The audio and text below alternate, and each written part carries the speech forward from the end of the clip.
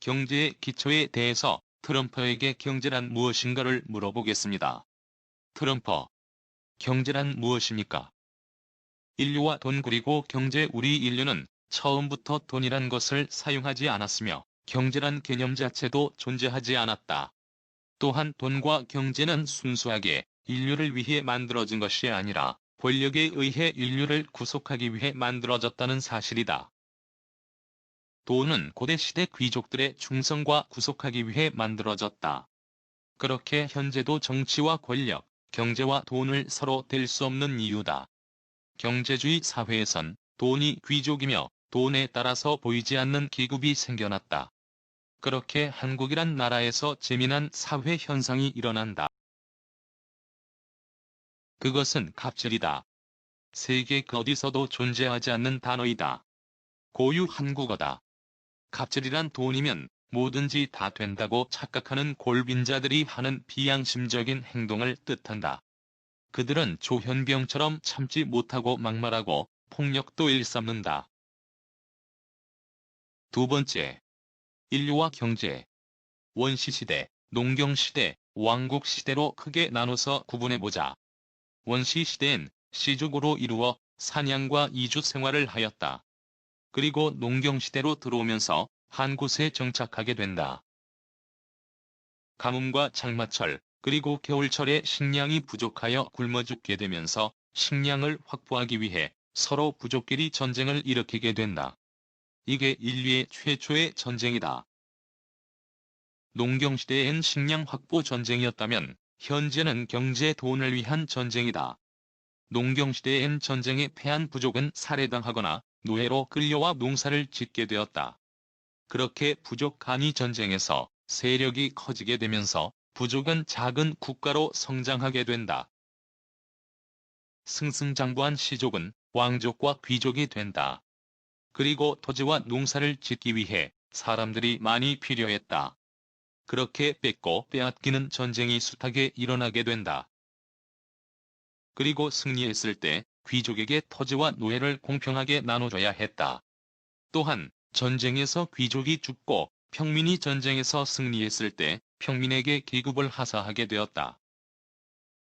그렇게 대가를 지불할 때 귀족이나 평민 군대들은 목숨을 걸고 싸우게 된다는 것을 너무나도 잘 알고 있었기 때문이다. 그러나 토지 노예를 나눠주는데도 한계점이 존재한다.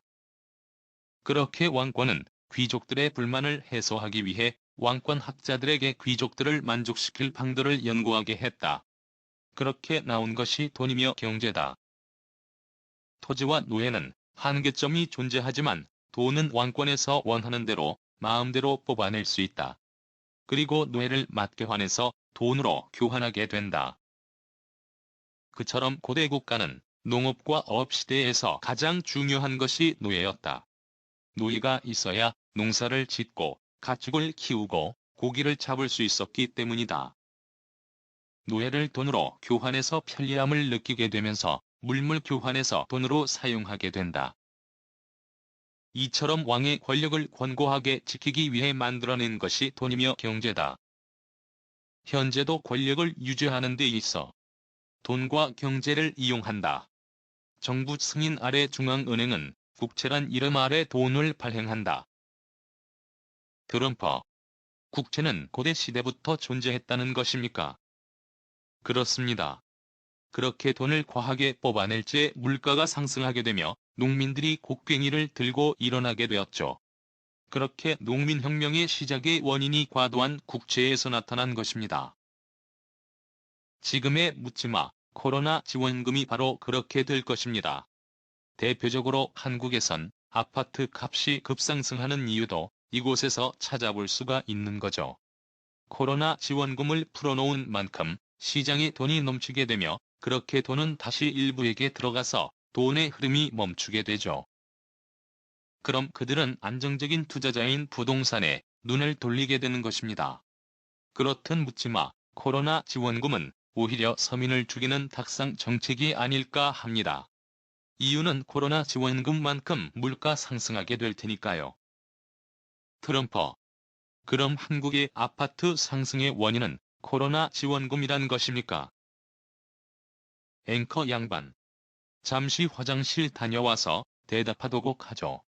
어제 양도 푸짐하고 맛있는 미국산 소고기 스테이크를 너무 많이 먹어서. 역시 트럼프. 당신은 미국 중심주의자군요. 잠시 쉬었다가 다시 진행하기로 하고. 한국인 양반들. 구독과 좋아요를 부탁해도 될까요?